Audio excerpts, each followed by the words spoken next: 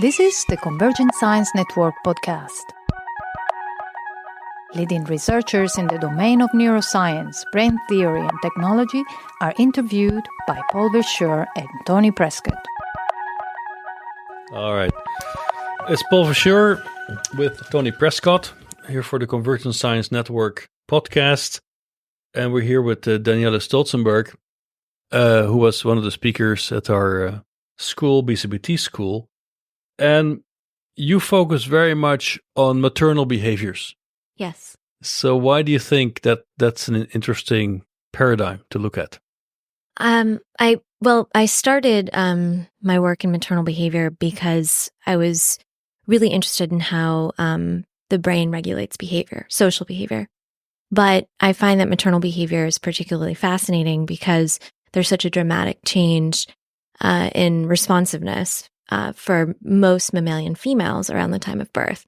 And so I think it's a question that's interesting on several levels. There's a motivational component, there's a learning component, as I spoke about today, and I think it's a pro-social behavior. Mm-hmm. So I think you're sort of looking at multiple different aspects of social behavior, and obviously it's extremely robust and defining characteristic of mammalian behavior. But now the framework you took to look at this is what you call epigenetic, right? So what do you mean with that?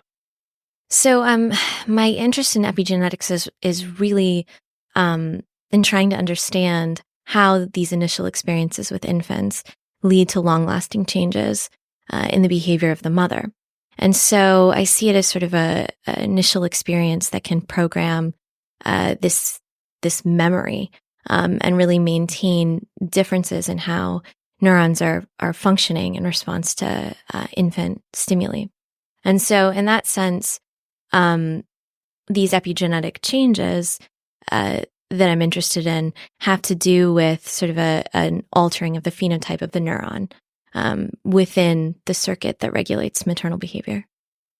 So the work is pointing in two directions here. So one is understanding maternal behavior in mammals and its origins. And the other is understanding epigenesis in animal development more broadly. And in your talk, I got the impression that there are exciting new developments in both of these topics. Yes. So, I mean, if we go with the epigenesis one, so can you just define for us more clearly what's the difference between genetics and epigenesis? Sure. I think about it really on a molecular level. So when I think about epigenetics, I'm thinking about alterations in gene expression that are not associated with changes in DNA sequence.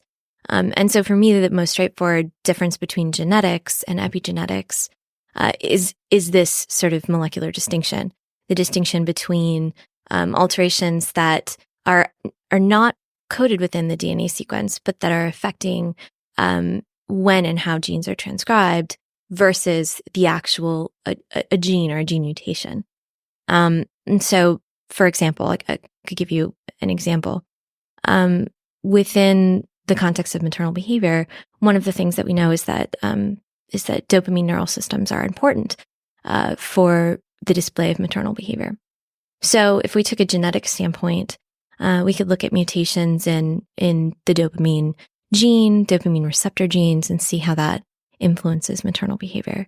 If we took an epigenetic standpoint, we might say that some sort of experience might upregulate dopamine receptors for long periods of time, or upregulate the dopamine gene for long periods of time, but there's no actual mutation or alteration in the sequence of the gene.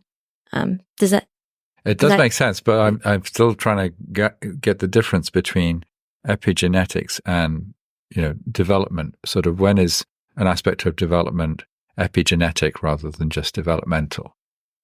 I sort of always go back to this idea that it's a molecular difference. And so when an aspect of development is epigenetic, it really has to do with alterations to either the histone proteins or methyl marks that are on the DNA. And you're taking a very literal, it's got an impact on the DNA inside the cell in some way, and then it's epigenetic. Whereas a developmental change, which, for instance, involved, alterations to the strength of some synapses, it's not epigenetic. Well, it could be, depending upon what the mechanism is. I think I'm taking sort of a mechanistic definition, and that's how I think about it, is from this sort of mechanistic approach. Again, when I think about epigenetics, I'm thinking about these mechanisms that drive changes in gene expression that can be influenced by the environment. Right. And I talked about that a little bit today in terms of neural activity can drive these changes. But there's, I think, a certain amount of epigenetic mechanisms that are involved in sort of the naturally developing organism. And I think it's sort of convenient that activity-dependent changes can modify these processes that are occurring naturally. And in the theme of our week, which is evolution and development, or Evo-Devo, what's interesting about these epigenetic processes is that they can be passed down through the generations. They can be selected for. And you think that's the case. I mean, in your talk, you made a clear case as to why that might be true of kind of maternal behavior in mammals. Yes. But what was it led you to the suspicion that we could analyze maternal behavior from an epigenetic approach? I think in terms of maternal behavior, I think that it really comes down to thinking about it as a learning and memory question. And when you think about learning and memory, there's a couple of sort of known mechanisms that underlie the consolidation of learning. And so one of these has to do with new protein synthesis, the turning on of genes. And those processes are sometimes regulated by Krebs, and Krebs recruits Krebs binding protein, which is a histone acetyltransferase. And so the question of how these new proteins become synthesized, how these genes get turned on, and whether or not that process lasts for a long time, and how that plays a role in the consolidation of learning and the maintenance of memories, those things are being explored from an epigenetic perspective. And I've always been very interested in learning and memory, and so I spend a lot of time reading about these things. And I had never thought about epigenetics from that standpoint before, but it's sort of like a cellular memory, really. And when I thought about it in that context, and I thought about my own research having to do with the same sort of question, really, which is this experience that's driving this behavioral change that lasts for a long period of time, it seemed that there might be an epigenetic mechanism underlying it. So the clue, or one of the clues for why it might be epigenetic rather than some other form of learning and memory, was that, I guess, it happens in mammalian species, all different mammalian species. It happens, I guess, quite abruptly.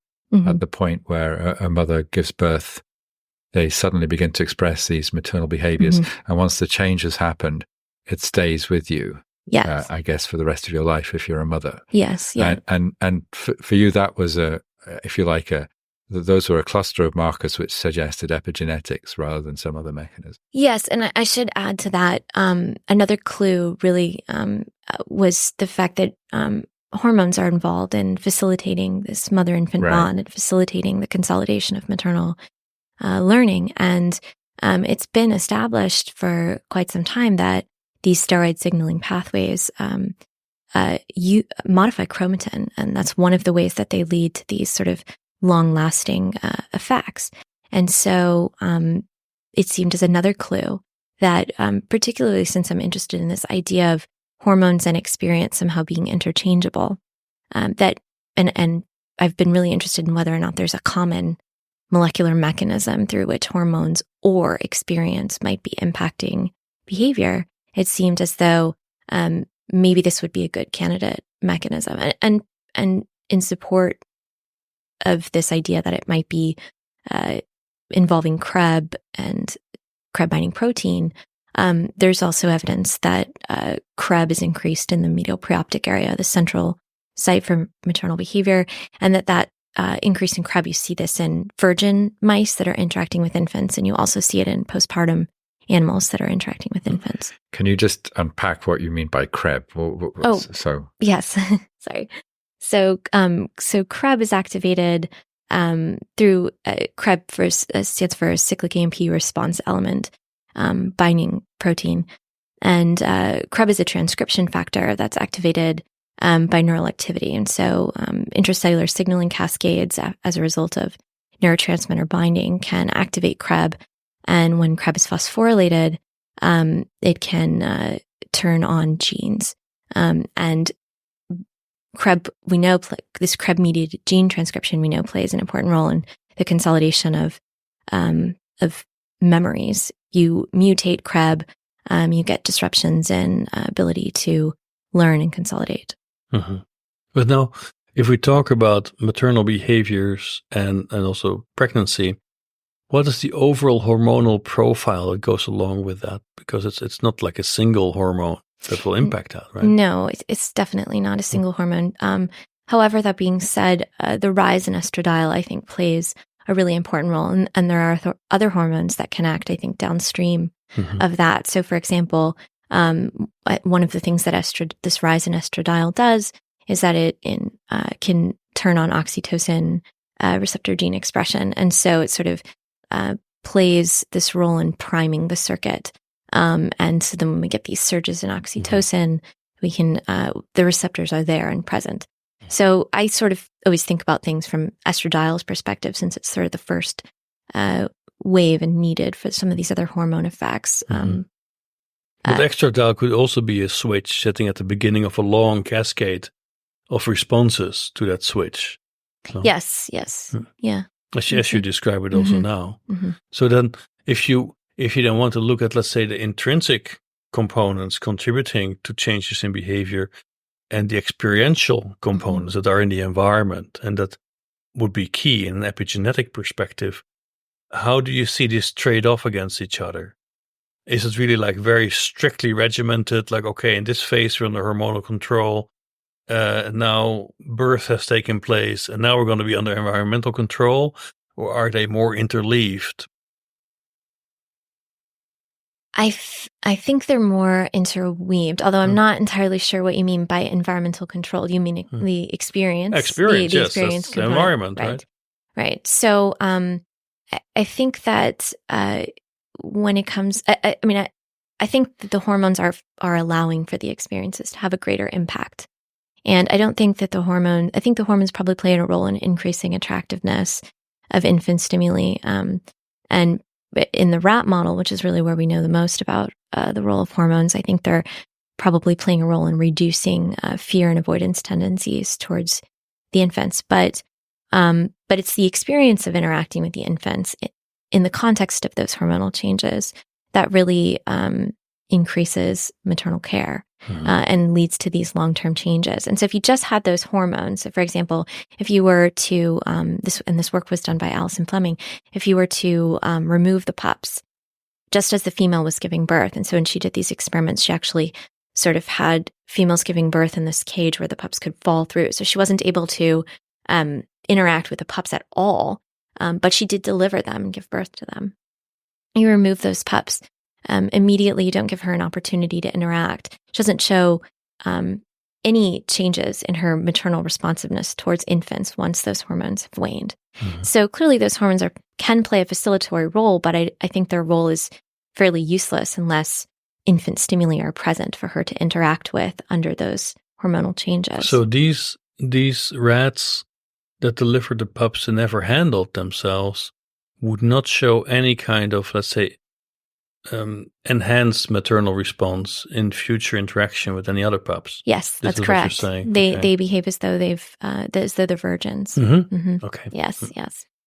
So then, what's the key data that you have obtained to make the case for this sort of epigenetic interpretation of maternal behavior? Right now, I think my key work is really with the using sodium butyrate, a histone deacetylase inhibitor. And so this is a drug which inhibits the deacetylation of histone proteins, allowing for increases in histone acetylation under certain events, for example, the experience of interacting with infants.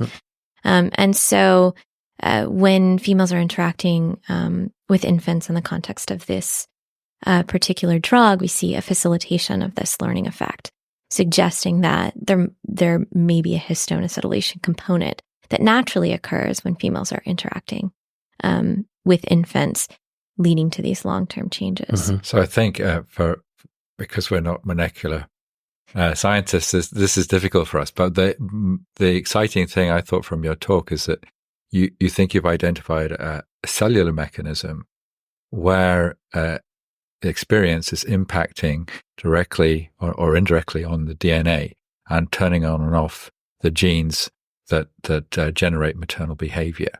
And so maybe we should just explore that, because there are key ideas in your talk, like the idea of epigenetic marks, which seem to be very general and quite powerful ways through which developmental mechanisms and experience can impact on the expression of genes, and therefore could lead to heritable influences. So it's a way in which the environment can select for different phenotypes. So can you explain this idea of epigenetic marks and how that relates to these processes you're describing in the cell? Sure, definitely. So when we talk about epigenetic marks, we're really talking about a variety of post-translational modifications that can occur to the histone proteins that DNA is supercoiled around. And so these modifications occur on the tails of the histone proteins, which sort of protrude out. And the marks can be phosphorylation, acetylation. So the DNA inside the cell is wrapped up inside of lots of other proteins. Right. That's right. Yes. Okay. So we say the DNA is not easy with us, so certainly with me. Okay. I'm sorry. Yes. So the DNA, the phrase is the DNA is not naked in the nucleus, right, which we sometimes think, that it is. I mean, I certainly didn't think much about histones before I got involved in epigenetic research. And so, but the DNA is not naked in the nucleus. It is wrapped around these histone proteins. And so the nucleosome, which is the basic repeating unit, consists of a core octamer of histone proteins. So there's 4 proteins. Histone H1 is the linker. We have H2, H2A, H2B, H3, and H4. And so, and then we have 2 copies of each one of these. And so they form this octamer. And they have, again, as I said, these long protruding tails. And these tails are where the modifications take place. And then around this octamer, you have about approximately 147 base pairs of DNA. And so the modifications can be acetylation, which is an acetyl group added to a particular residue. Frequently, it's a lysine residue of the histone protein tail, and this can occur on histone H3, histone H4, histone H2A, H2B, and in addition, you could also have methylation marks that occur on these tails, the histone protein tails, along with phosphorylation marks and ubiquitination. I mean, there's many different post-translational modifications. I think we know the most about acetylation, but I think we're starting to learn a bit about methylation. So just to be clear, so the DNA is wrapped up in this package with all these histones. In order for the DNA to become active, it has to be unwrapped in some way. And by attaching molecules onto these histone tails, then some external mechanism can decide which of the genes is allowed to express itself within that cell. Yes, so you can sort of think about it, I like to think about it in the promoter region of a particular gene. And this promoter region is where the transcription factors are going to bind in order to turn on gene transcription. In this promoter region, you can have histone tails, right, sort of nearby. And these histone tails then can contain different types of marks. So I would argue the mark, at least the mark I'm the most familiar with, but I think a mark that is fairly well known is this acetyl group on histone H3 at lysine 9 or 14. And this mark is associated with actively transcribing genes across the whole genome. And so excellent genome-wide sequencing experiments have been done to look at this. And so this mark, and what acetyl marks typically do is they can actually sort of loosen the association of the DNA and the histone. And so it sort of opens up physically the chromatin, allowing for transcription factors to more easily access gene promoters. And so it's easier for the gene to be turned on, essentially. So the idea is that experience with pups is having some effect on the cell, so that epigenetic marks are being generated, which are binding onto the histone and then unlocking some genes which then generate maternal behavior. And this is exactly what I think, that with several experiences with the infant, that what we have is essentially an increase in histone acetylation. I haven't actually shown this yet. This is in the works. But what I have shown is an increase in the histone acetyltransferase, Krebs binding protein, or CBP. And so, as I said, CBP was my candidate because it sort of made sense with the whole Krebs story and learning and memory, et cetera. And so, my hypothesis would be that there'd be an increase in the acetylation of H3K914. This is a mark that's associated with this Krebs-mediated gene transcription, CBP action, acetylation, and the consolidation of learning. So that would be my hypothesis. And there's also, there's several other marks that I'm interested in exploring. And when you think about learning and memory, you always have to think about the other side of the coin too, which is, I think, inhibiting the expression of genes that would be reducing consolidation or acting as a consolidation block. And so that's, I think, definitely a part of so there's this threshold process that it has to build up, and there's another process going on which is trying to deconstruct these histones. Absolutely. Now, in terms of the threshold, which I think this is sort of a perfect segue into, again, why I got interested in this. When you think about the fact that hormones are facilitating this process, and with hormones we don't need so many days of experience, right? We can have very brief periods of experience, and we can get these same effects in terms of maternal learning. And so what we know about estradiol is that estradiol can, when it binds to its receptor, translocates to the nucleus and is a transcription factor, which then turns on genes. And there's many genes that have estrogen response elements or respond to estradiol, estrogen receptor complex. But part of that complex is actually CBP. So CBP is recruited as part of that complex. And so probably there are increases in histone acetylation via CBP with hormone exposure alone. No, wait, does that make sense? Because I thought you made a point earlier that the histone acetylation would be dependent on the experience, because it would be the mediator to get the maternal behavior. And you already made a point earlier that just being pregnant and giving birth is not it, right? Yes. Well, yes, that's absolutely true. And so, again, I think that the hormones are there, the hormones in this scenario where we have this surge in estradiol, but the pup inputs would also need to be present. And so you raised an excellent point, and I think the answer to this probably lies in understanding all of the genes that get turned on and what sort of the order of events is. So, for example, estrogen receptor could be turning on a gene, which then affects, it could be turning on a transcription factor, which then affects another gene. Could be turning on, so they could be turning on different genes. Okay. And I don't know the specifics. Right. And I don't, I think we actually know relatively little about the genes that are involved in these two separate processes. But then, so I would like to get to behavior, but I don't know. Well, there's a few more steps that I'd like to understand here. So the estradiol is sort of priming or facilitating an impact that the behavioral experience is going to have on the cell.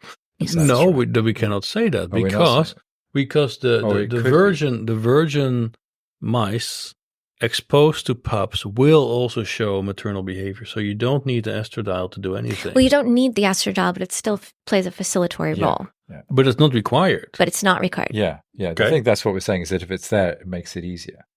So, well, does it reduce the threshold of exposure? I don't think you showed that. No, I didn't. Oh, I did not show that. No, but because I thought in all cases it was 4 exposures that we were talking about. So that's what I've shown, but it's very well established in the literature that estradiol produces very rapid effects compared to experience takes a bit longer.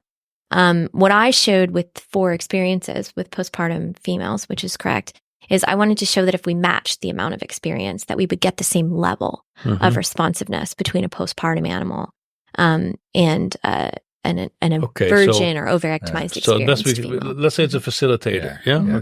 Let's finish on the mechanism. So the cells that this is operating on, you found were a specific group of cells in the hypothalamus. Is that right?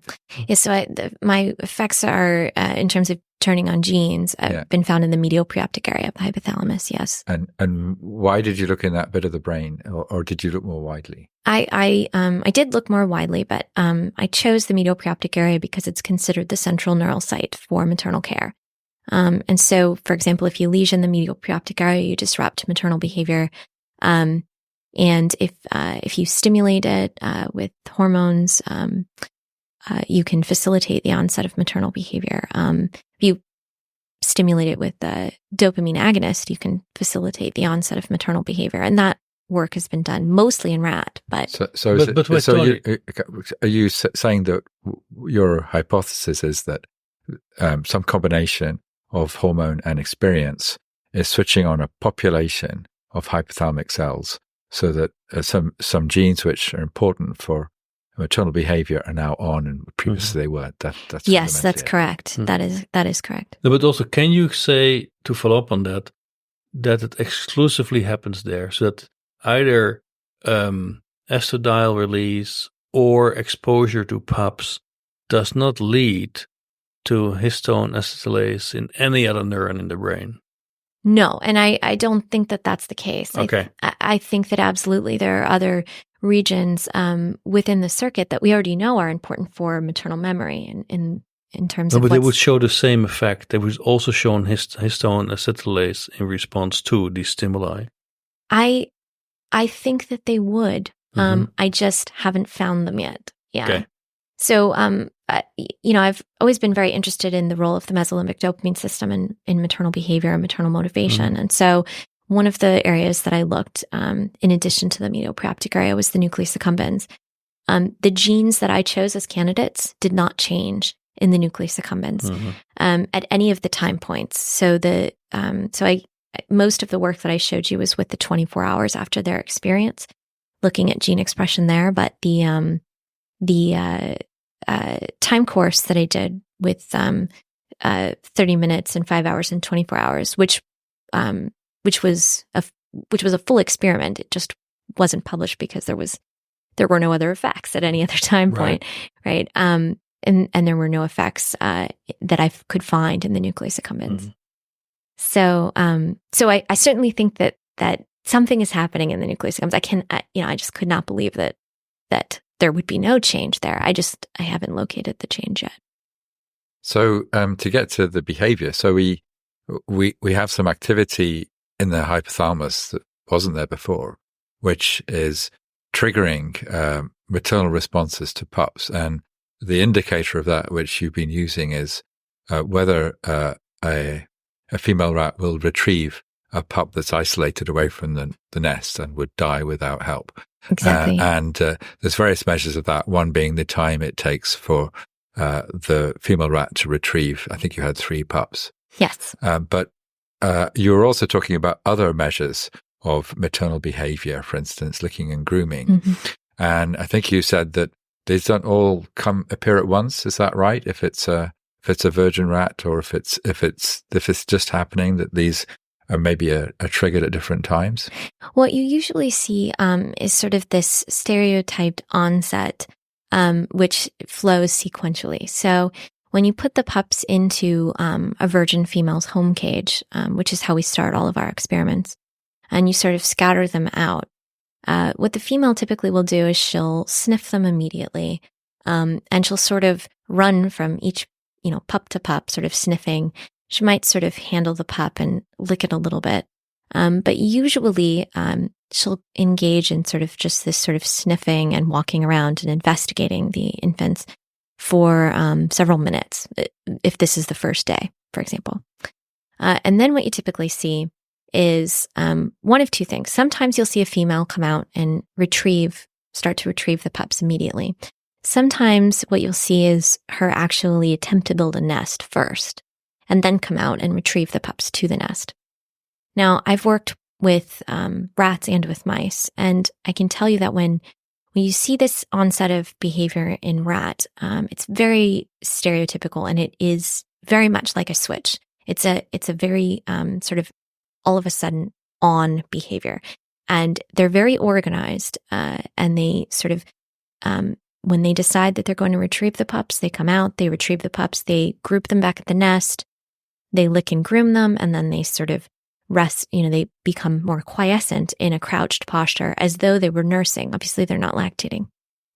The process in mouse, is a little bit less organized. It's one of the reasons why I decided to look at experience in mouse.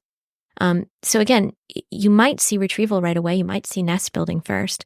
And often when they retrieve the pups, they don't actually put them into the nest on the first time. They put them outside of the nest.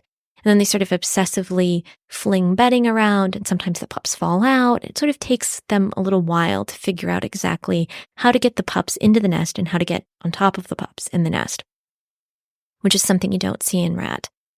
And so once the female has sort of grouped the pups, then she'll start to lick the pups. And then again, she'll begin to quote unquote nurse. So she'll adopt a crouching position over the pups. And then she typically stays with the pups for long periods of time. And I should note, when females are when I've done these experiments with the HDAC inhibitor, we don't see differences really in these other behaviors in the home cage. So the experience that a virgin female getting regular water versus a virgin female getting the HDAC inhibitor, the experiences they have with the pups appear to be similar. So we don't see more licking and grooming, for example. It's the impact of that experience that seems to be different based on their subsequent behavior on the maze. So the HDAC inhibitor inhibits the histone acetylase. Histone deacetylase. And so okay. It's sort of, it's allowing, I like to describe it as it's allowing for more histone acetylation. It's not directly acetylating histones. Mm-hmm. It's allowing for any histone acetyltransferases that are activated to become activated for longer, to acetylate histones without HDACs coming along and ripping the acetyl groups off. But then how do we interpret this effect? Because the histone acetylase is correlated with memory consolidation, right? So if you now have a disinhibitor of that, you would expect, what would be the effect you would expect on consolidation? It should amplify consolidation. No? Yes. But actually you don't, that's not what you see when you apply this HDAC. No, you do see an amplification of consolidation. So rather than requiring 4 experiences with pups, these animals only require 2. Okay. Do you see also an invigoration of the behavior? Like the probability to build a nest is higher? So the experiences that they have, again, in the home cage are not different. Mm-hmm. So the behaviors that we see them engaging in while they're having these experiences are not different. It's just how they respond on the maze. They respond faster. They and they retrieve more pups. Okay. So now, how do you explain the specificity of this effect?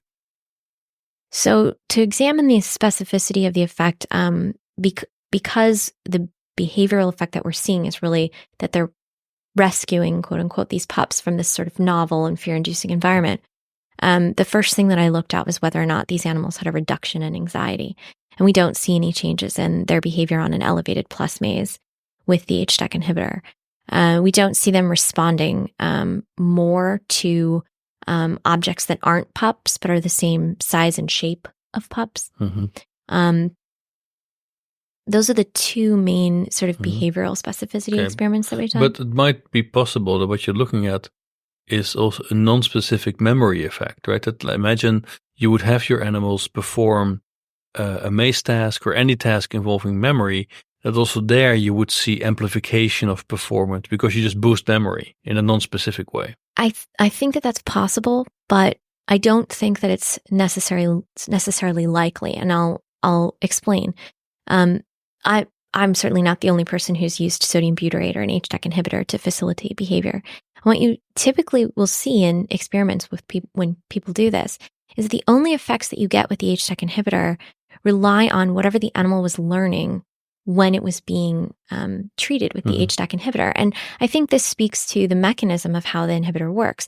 It's allowing for increases in histone acetylation. It's not globally increasing histone acetylation. And so what that would mean then is that if other areas of the brain weren't responsive to PUP inputs, or if other circuits that would consolidate memories were not being activated, which I would argue they wouldn't be because these animals are just interacting with pups, then you wouldn't get activation of HATs in those regions. Sure. And so therefore it would basically not matter. But then if we would take the same mice and do, let's say, a place preference task, right? Yes. Under the same manipulation, you would predict. I would predict, that yes. they would learn this also more rapidly. I would predict. Yeah, well, I guess I would predict that because I would say that their motivation is amped up because that's one of the things that I think maternal learning does. Yeah. So then the histone acetylase itself is not specific to the maternal behavior, but it is affecting a memory component that feeds into, in this case, maternal behavior, because that's what you're triggering in the animal. Sorry, let me clarify my last statement. When you said conditioned place preference, I was thinking conditioned place preference for pups. No. I would mean just like with using rewards or I don't know. Stimuli. I don't think that it would affect that. I do think it would affect a conditioned place preference for pups, which people do all the time. So I think it would affect another sort of memory pup related task. I don't think that it would necessarily extend to a general learning of memory. Although I think the issue with that would make it difficult to ask that question is that we already know that experience with infants facilitates learning and memory generally.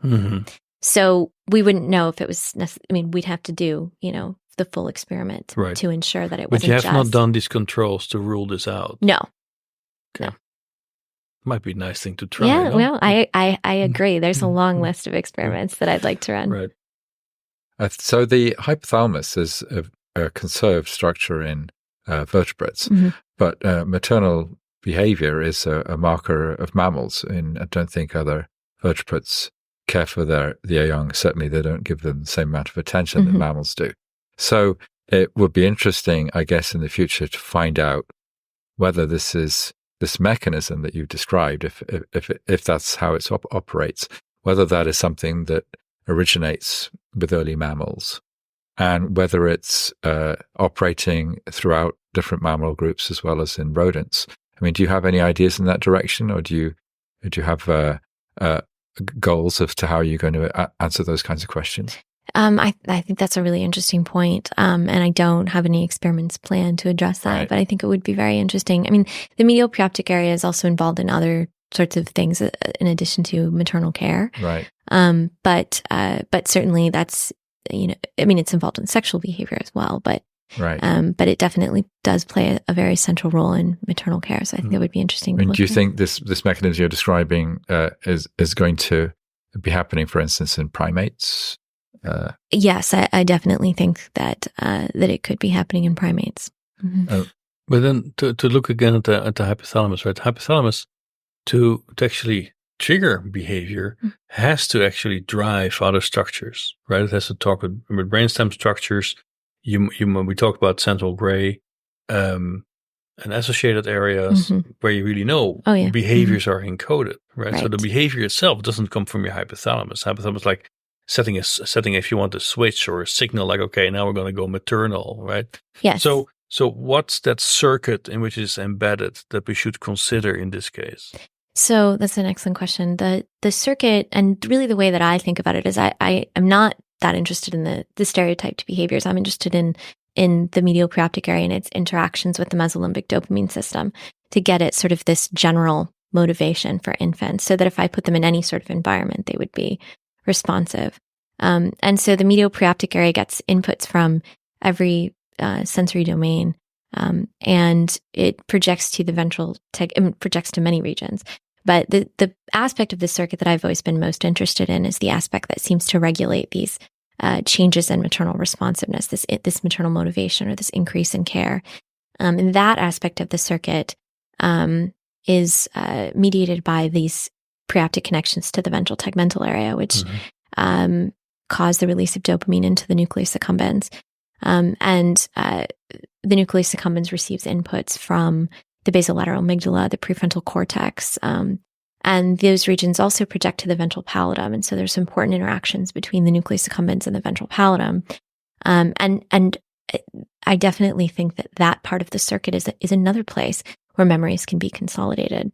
What I think is probably happening in the medial preoptic area, it's probably the connections between, and I have no evidence for this is just my hypothesis, the connections between the medial preoptic area and the ventral tegmental area are somehow strengthened so that we're getting a more consistent and robust release of dopamine in the nucleus accumbens when experienced females interact with pups. And this idea comes from some work also done by Alison Fleming, where she shows in rat that as females, pregnant postpartum females, as they have experience with infants, that they have more dopamine release via microdialysis into the nucleus accumbens than do females that have just interacted with pups. Mm-hmm. So could we then interpret this circuit? If you talk about VTA and the nucleus accumbens, we're talking about the processing of value and effect and valence and so on, not necessarily the information that we want to reinforce, right? But there's a mechanism of reinforcing a behavior. So would it then look like the hypothalamus is just signaling to the rest of the brain, okay, we're dealing with pups, and then these effect-related areas, VTA, nucleus accumbens, say, yeah, and it is great. And using that signal, you reinforce behavioral patterns that allow it to be more effective in dealing with pups. Would that be the cascade you have in mind? I agree. Okay, and there's some projections that are feed back to the medial preoptic area, so that makes sense. But then the medial preoptic area could be, let's say, your specialized detector, if you want, for maternally relevant states of the world, like, oh, there are pups around, I should do something. Is this roughly how we should think about it? I think that makes, yes. Okay, but then, so you would see then this preoptic area in the hypothalamus as the signaler who triggers this behavior, right? Yes. But then that also means there's already, on the one hand, a predefined circuit that says, okay, there's a pup there. There are stereotype behaviors that you can, like collecting pups and dragging them around. And then there are areas that, let's say, are more frontal in the brain that says, oh, okay, and this is what the world looks like, and this is the specific properties of the pup I should learn about, and so on, that then I'm reinforcing by driving these more effect-related areas. Yes. Well, that would be the sort of story. Then, if we talk about epigenetic and genetic, then the more epigenetic part would then be sitting more in these more frontal areas, or not? So where does the genetic begin and end, and where does it become epigenetic? I think that really when I think about genetics, I'm thinking about these patterns of genes that might need to be turned on in order to maintain this maternal state. And so some of these genes, as I mentioned in my talk, estrogen receptor beta, I see, for example, upregulated for long periods of time. And, you know, I should mention that Francis Champagne's work, which shows that early life experience can modify initial maternal responses to infants and postpartum females, is regulated by an upregulation of estrogen receptor alpha. And so I think this sort of long-lasting change in estrogen receptor beta would be the epigenetic part, but you can't have that without the actual gene of estrogen receptor beta. In terms of the other areas of the circuit, as I said, I haven't found anything yet, but I certainly think that there are likely changes there. It's convenient to focus on the medial preoptic area because although it's playing this sort of central role and interacts with all these different regions, it's also always necessary for maternal behavior. So maternal behavior does not become independent of the medial preoptic area that we can find in our models. And so it seems like a really likely place that would need to be permanently changed and maintained in that maternal state for long periods of time. Mm-hmm. So I think when we think of the hypothalamus, we think of a motivational center. Mm-hmm. And in a sense, what's happening here is that you're turning on a part of the hypothalamus, which then motivates animals to express maternal behavior. Yes. The behavior themselves are triggered by, other cues like there's a pup there, I'll look after it. But what the hypothalamus is doing is ensuring that motivational circuits and the reward circuits operate to reinforce that behavior. Yes. So it's a very nice idea and a nice explanation of what people might call the mothering instinct. Mm-hmm.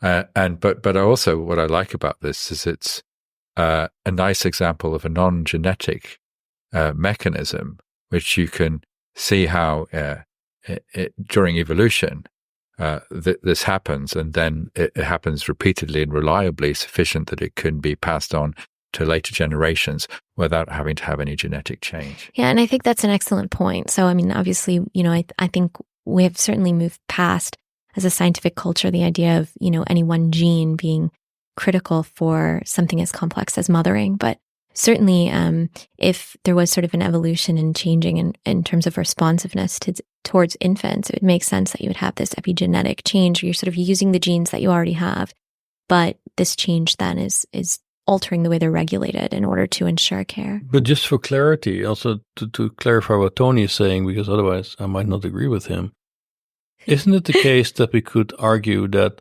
basically genetically a certain potential set of behaviors and potential behaviors are defined, but now you need very specific environmental triggers to actually unveil that set of behaviors or not? Yes. Yeah. This would be the epigenetic switch. Mm-hmm. Yeah. We agree on I that. agree. Tony, I you agree. agree with that? Mm-hmm. Or you had something else in mind? But that's not non-genetic.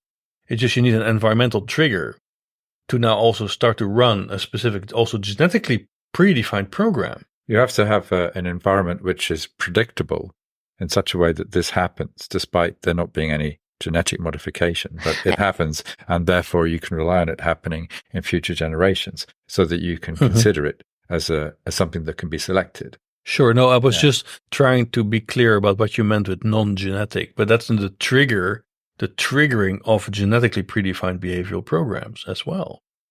Well, yes. It's not exclusive. It's not like strictly non-genetic. I think that would be a bit too extreme. I think that's true. Yeah. It's not strictly non-genetic. I think that any time that you talk about epigenetics, you have to talk about genetics. They go hand in hand. But what I got from what you were saying, which I don't know if this is the case, but I thought that you were indicating that there wasn't some new mutation that arose, and that mutation then was, and that's, I think, the best. I mean, this is why I like to sort of rely on these molecular cellular definitions of epigenetics. It makes it a lot clearer. So when you talk about a gene mutation, that is strictly genetic. Whereas when we talk about epigenetic, we're talking about altered expression of particular genes. Right. But then the next question in some sense is, okay, how deep and primitive, if you want, is this genetic pre-specification, right, on which we then run these epigenetic switches? And there you showed that male mice, at least the lab mice, after exposure can also display maternal behaviors. So this might seem confusing, because you could argue also from an evolutionary perspective, we don't need to set up these genetically predefined behavioral programs to show maternal behavior, yet your mice show it. So how do you explain that? Well, I would argue that the circuit that's regulating maternal behavior is conserved. And I would argue that what we're seeing in these laboratory male mice is we're seeing really maternal behavior. So they're not like biparental species where we're seeing, individual fathering behaviors that are different than the mothering behaviors. We're seeing the male mice display mothering behaviors. And so what I would argue is that everything that they need to do that is there. But what typically happens is that those processes are inhibited by, and this is clear in the rat, that there's really two aspects of the maternal neural circuit. There's an aspect which is in place to actually inhibit maternal care. And this circuit is what's active in virgin female rats, and what prevents them from retrieving pups upon initial exposure, what causes them to avoid pups. And this has to do with olfactory inputs activating the anterior hypothalamus. And having an inhibitory input on the medial preoptic area. To my knowledge, no one has looked at that aspect of the circuit in males, but I wouldn't be surprised if those olfactory inputs about pup-related information were acting on that part of the circuit and inhibiting the medial preoptic area from responding to infants. And perhaps for whatever reason, under laboratory conditions, these animals are inbred. They're constantly smelling pups because usually everyone's raised in the same room, and it's sort of an artificial scenario. And I think that maybe there's some sort of habituation that has led to a downregulation of that circuit, or sort of led to that circuit not being activated as much as it would have been activated. And so all you need to do then is present them with pups, and they're not inhibited, they're not avoiding those pup stimuli. And so if you present them with the pups enough, you can get the other aspect of the circuit to increase. And so what I'm referring to here really is this approach avoidance model of the onset of maternal behavior, which has been established in rats. And the model really states that avoidance tendencies have to be decreased, and approach tendencies have to be increased. And when those two lines cross, that's when you get maternal care. Right, clear. But that also means in terms behaviorally, these males display identical behaviors as the female rats, so including presenting themselves for feeding. Yes, they do. But I would argue that that's reflexive. You can see that in rats too. And so all you really need for that is pups. If you orient yourself over the pups will induce you to show those crouching responses. Right. Okay. All clear. Tony? Okay. So we had now this exploration through the epigenetic landscape of maternal behavior. But what's the next step there? Where do you see this go? So there's many more questions that I'd like to explore within this particular model, and some of them I've alluded to, and particularly really defining these mechanisms. I would love to be able to look at all of the histone changes and really characterize which marks are coming up during these experiences, when they're coming up, and how long they're coming up for. So, one thing I should note is that epigenetic changes, while they can be stable, they can also be very dynamic. And so you can have changes in histone acetylation increasing and decreasing over a couple of hours. You can also have changes in the activity of other, what I would call chromatin modifiers, so things like DNA methyltransferases. And I didn't talk about DNA methylation, but one of the things that I have found, which I did not present today, is I found changes in the gene expression of DNMT3 with DNMT3A, which is a de novo DNA methyltransferase, meaning that it adds methyl groups that were not previously on cytosine residues. And what exactly is happening with that change in DNMT3A, I'm not entirely sure, but it would indicate that maybe there's some methylation that's being added or modified at least in these animals with experience. So I think there's a lot of mechanism that needs to be sorted out. And clearly there's some interesting behavioral experiments that I'd like to do as well. And I see some of these questions being asked in males as well. But now, so here you are, the upcoming light of epigenetics, right? But if you could now define a single law that we should follow to understand brain and behavior, what would be this Danielle Stolzenberg law? A single law. Yeah, one.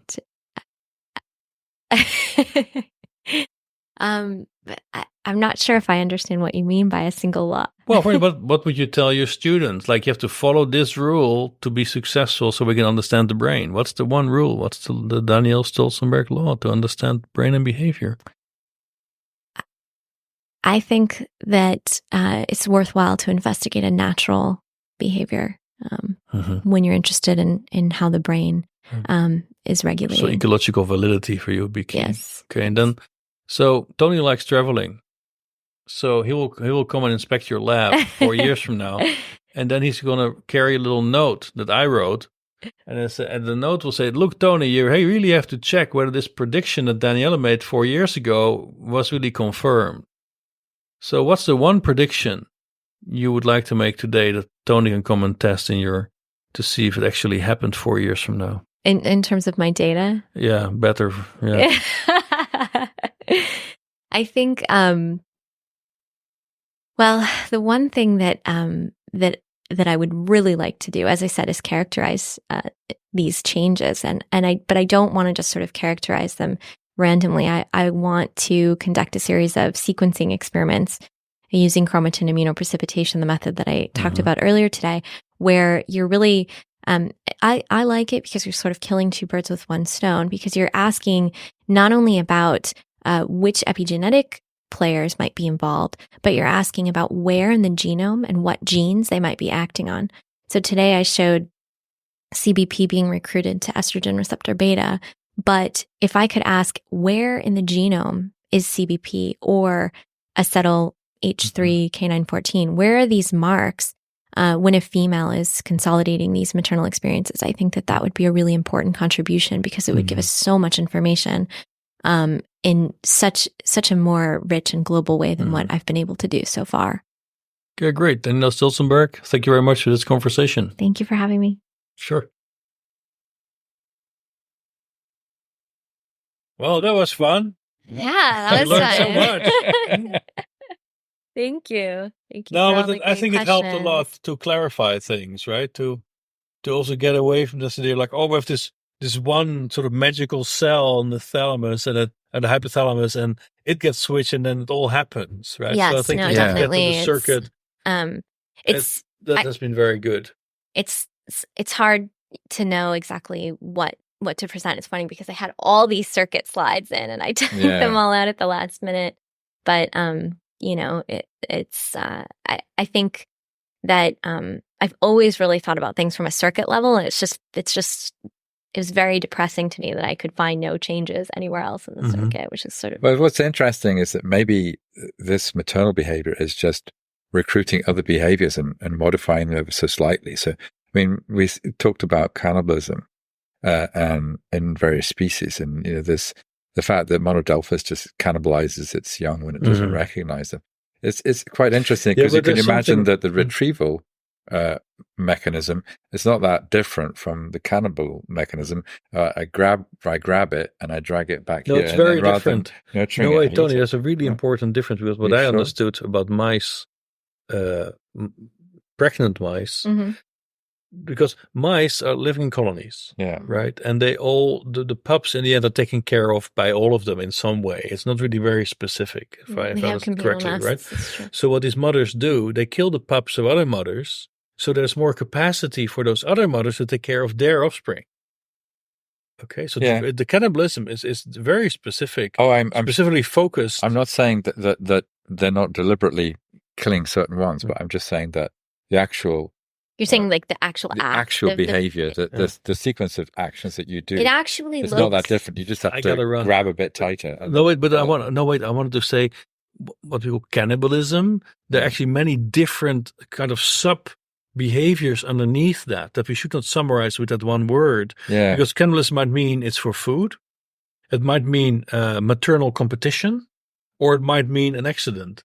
Yeah. Right. And if we call all of this cannibalism, I think we're confusing ourselves unnecessarily. No, I think I'm making a different point, which is that, look, I got to run. I'm sorry. To get maternal behavior, you don't have to evolve a whole lot of new action patterns. What you have to do is you say, well, in this context, I don't buy that at all. But rather than eating, I don't buy that at all, and I will tell you that during our reception. Okay. We can talk later. See you later. Thank you. Thanks. I might say to that point, though, Tony, that the behavior looks really different when you see it. Okay. So well, I could be wrong with that example. The way that they approach the pups, but I agree with what you're saying, generally speaking, in terms of like how many behaviors does, you've got to think about how you evolve maternal behavior. And I don't think you evolve a complete set of new behaviors, because what you can do is you can say, I've got some existing behaviors, I'm going to parameterize them so that I retrieve the pup. Normally maybe I'm catching something, bringing it back to eat. Now I'm catching something, bringing it back to nurse. Take care. You don't have to evolve a whole new set of strategies for fetching that object back to the nest, because you already know how to do that thing. I agree with that, and I would add to that point that something that's really interesting that I've wanted to look at as well, that Francis, I think it was Francis Champagne looked at, She has this one paper about weaning, and we really know very little about weaning, and particularly in mice. And what she did was she kept these pups in the cage with the mothers after day 21, which is typical weaning time, till day 28. And what she ended up seeing, and she sent me the video, so I saw this in real life, even though I tried to replicate this, but I think I did some things wrong and I couldn't see it. But the females actually, as the pups get older and the females are, I'm assuming, not wanting them to nurse anymore, they actually pin the pups and they basically start thrusting against them. Right. And I mean, it's just really bizarre, but it's sort of like we've had this conversation and I guess it makes sense how many different behaviors, right, are available to, I think, to a mouse. And I think that this speaks to exactly what you're saying, that you're not going to sort of evolve this new behavior to get to sort of actively wean your offspring. Instead, you're just going to sort of use a behavior that you already have that clearly the pups are not going to enjoy. I mean, downstream, I think there's an argument to be had about how many different mechanisms there are and how you recruit different mechanisms. But sort of the old ethologist idea of fixed action pattern. I mean, it's not completely right, but it's not completely dead either. But then you can imagine, sort of this action pattern is triggered by the stimulus. I do it, or I take that action pattern, I change it a little bit. I've got a new action pattern which does something else. Yeah. So I mean, what you want to say is, well, okay, maternal behavior evolves in mammals. What has to evolve for that to take place? And it may not be that many steps away from what you can already do as a reptile, but certain things obviously have to change. Yeah. But in animal like Monodelphis domestica, you can see that it's fairly crude, so that whether it nurses or cannibalizes an infant is based on possibly a single cue, whether it smells right. Yes, and I think absolutely. Yeah. I think absolutely that's involved. Anyway, thank you very much. Oh, thank you. So now you can relax. Oh, you got another tutorial? No, I'm tomorrow. The CSN podcast was produced by the Convergent Science Network of Biomimetics and Biohybrid Systems, a project funded by the European 7th Research Framework Programme. For more interviews, recorded lectures, or upcoming conferences in the field of biomimetics and biohybrid systems, go to csnnetwork.eu. And thank you for listening.